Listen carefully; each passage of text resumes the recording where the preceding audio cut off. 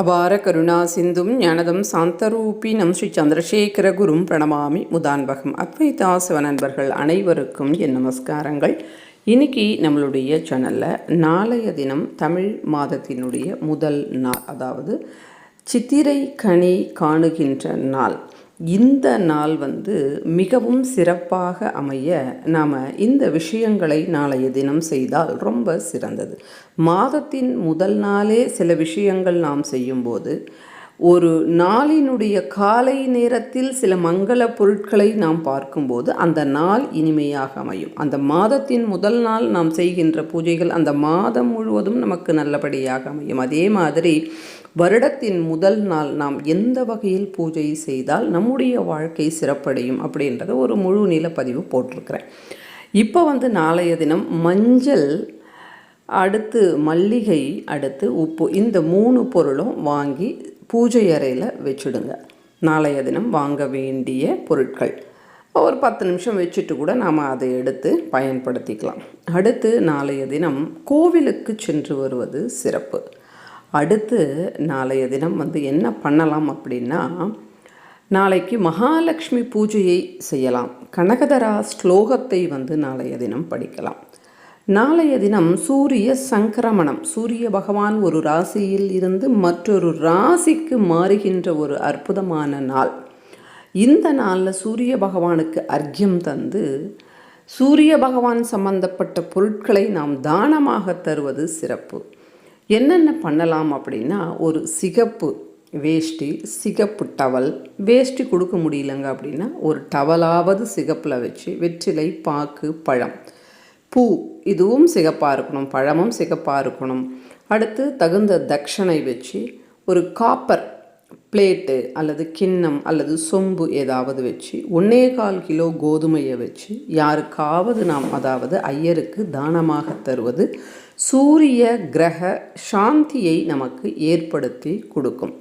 நாளைய தினம் வருடத்தினுடைய முதல் நாள் அப்படின்றதுனால இந்த தானத்தை நாம் கொடுக்கும்போது ஆரோக்கியம் பாஸ்கராதித்யம், ஐஸ்வர்யம் பாஸ்கராதித்யம் அப்படின்னு சொல்லுவாங்க. ஆரோக்கியமும் ஐஸ்வர்யமும் பிரத்யக்ஷ தெய்வமாக சொல்லப்படுகின்ற சூரிய பகவான் கையில் உள்ளதாம். அதனால் சூரிய பகவானுக்காக, சூரிய பகவான் பிரீத்திக்காக நாம் இதை தானமாக தருவது நமக்கு நல்ல ஒரு சிறப்பை ஏற்படுத்தி கொடுக்கும். இத்தனையும் தர முடியல அப்படின்னாலும் உங்களால் எது முடியுமோ அதை தானமாக கொடுங்க. இதன் மூலமாக வருடத்தினுடைய முதல் நாள் நாம் செய்கின்ற தானம் அந்த வருடம் முழுவதும் நமக்கு நல்ல பலனை ஏற்படுத்தி கொடுக்கும். அடுத்து உங்கள் வீட்டில் உங்களுடைய பிள்ளைகள், அவர்களை கீழே ஒரு கோலம் போட்டு அதற்கு மேலே மணை போட்டு அதற்கு மேலே கோலத்தை போட்டு அவர்களை அமர வச்சு அவர்களுக்கு எண்ணெய் நலங்கு வச்சு, அதாவது நெற்றியில் குங்குமம் வச்சு, சிலர்லாம் பார்க்குற யூடியூப்பில் இந்த எண்ணெய் நலங்கு வைக்கிறது ரகரகமாக வைக்கிறாங்க.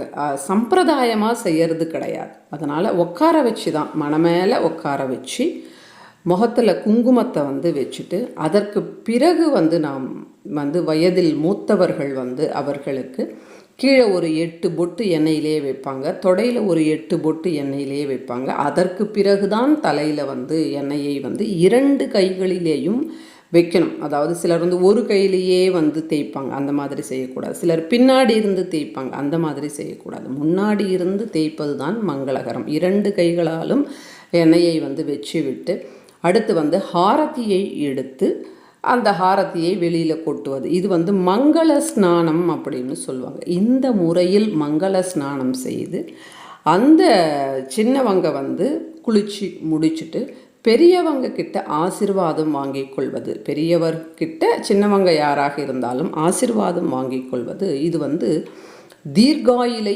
ஏற்படுத்தி கொடுக்கும்.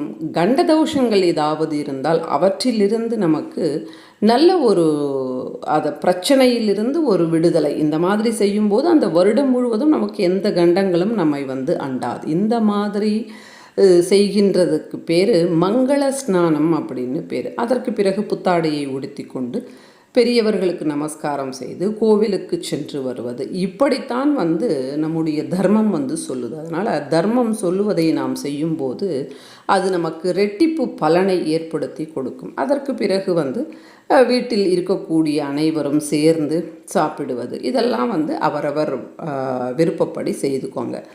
இந்த ஒரு பதிவில் வாங்க வேண்டிய பொருட்கள், மங்கள ஸ்நானம் நாளைய தினம் எப்படி செய்வது, இதைத்தான் நான் இந்த இடத்துல பதிவிட விரும்பினேன். அதனால் அதை நான் சொல்லியிருக்கிறேன். நிச்சயமாக நாளைய தினம் நம்முடைய சம்பிரதாயம் சொல்லுகின்ற முறைப்படி செய்யுங்க. சம்பிரதாயத்தில் நமக்கு சொல்லப்பட்டுள்ள ஆடைகளை அணிந்து கொள்ளுங்கள்.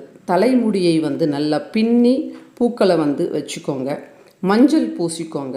முடிந்த அளவுக்கு நம்முடைய சம்பிரதாயத்தை நாம் கடைபிடிப்போம். அப்போ தான் நம்முடைய பிள்ளைகளும் அதை கடைபிடிப்பார்கள். நன்றி, வணக்கம். பெரியவா சரணம்.